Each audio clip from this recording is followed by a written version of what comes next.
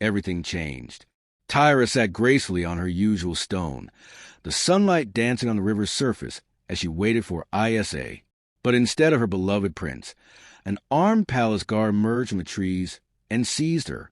She screamed, thrashed, pleaded, but it was no use. They dragged her deep into the woods, where the king of Isa's village was waiting. "You have betrayed me," he growled, eyes dark with fury. "You fell in love with my son-in-law. You shall be punished." Tyra looked up at him, defiant even in fear. "Why should I be punished for falling in love?" The king stepped closer, his gaze sharp and cold. "Because your love threatens everything I've built. Your affair is destroying an alliance that will secure power, peace, and legacy. I will not allow it." Without mercy, he sentenced her to death.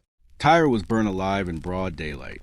Her piercing screams echoed to the forest, her final curses more chilling than the flames that consumed her.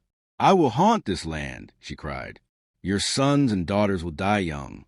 Your peace will turn to ash." And then, silence.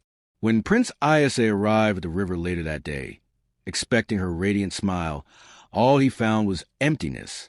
Confused and heartbroken, he turned to leave when a ripple in the water stirred and another mermaid emerged. Her voice trembled with grief and rage. "They killed our queen, burned her alive. Leave now and never return.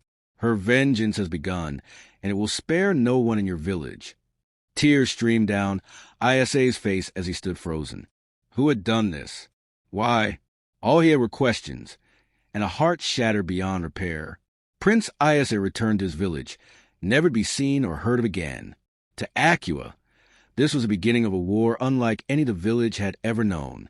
Children fell ill with strange, unexplainable sicknesses, fevers that no healer could cure, cries that faded into silence. One by one they died. Then the princess, the very one who was to marry Prince Isa, was found beaten to death. No assailant, no witness, just a shattered body and a scream that seemed to linger in the air. The sons of the village, strong and brave, began vanishing into the forest. They left for hunts or chores and never returned. The trees swallowed them whole. Fear gripped Acua like a plague. Whispers filled the air. Mothers clutched their children. Fires burned low. But no one had answers. No one except the king. Racked with guilt and desperation, he turned to the only powers he had left, the ancestors. In a secret ritual, he called upon them, begging for mercy and a way to end the curse. Their message was clear. You disturbed the balance. The mermaid queen